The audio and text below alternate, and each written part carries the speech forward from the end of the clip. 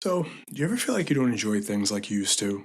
Music, movies, even friends. Everything today moves too fast. News, opinions, outrage, all instant, all the time.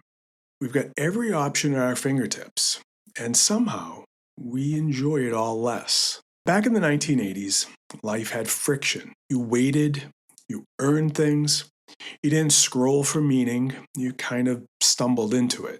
That waiting carved things into our memory. This video isn't about going back. It's about what we left behind and what we can move forward. Because lately, I've been thinking a lot about the 80s, and not just the great movies and TV shows. The 80s had a pace, a mindset, a kind of rhythm that shaped who we became. And I believe that that pace can help us enjoy things more today. And the more I look around today, the more I realize that the 80s still have something to teach us.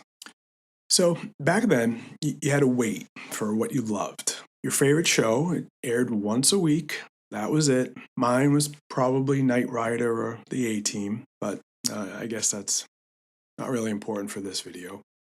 We all watched together the same night, same time, and we all talked about it the next day. And if you missed it, you missed it. And today everyone complains about spoilers, but back then I don't remember ever hearing about spoilers. Because back then, if you missed that show, you just had to hear about what happened and you had to move on and wait for next week.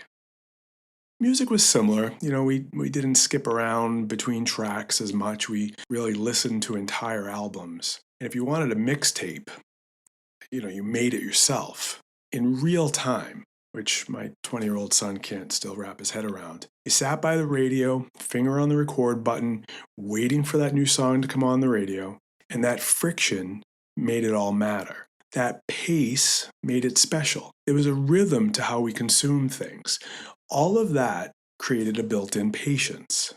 But now everything's instant, and somehow less satisfying. We binge entire shows in a weekend. We've got playlists that we change every week, and we have memories that don't stick anymore. We're drowning in choice, but I actually believe we're starving for connection because everything is too loud, too fast, too much. There's no build-up. There's no waiting. And without waiting, there's no imagination. We used to feel the space between the moments. Now we fill the space with more noise. But maybe that's the lesson. Maybe friction wasn't the problem. Maybe that was actually the solution.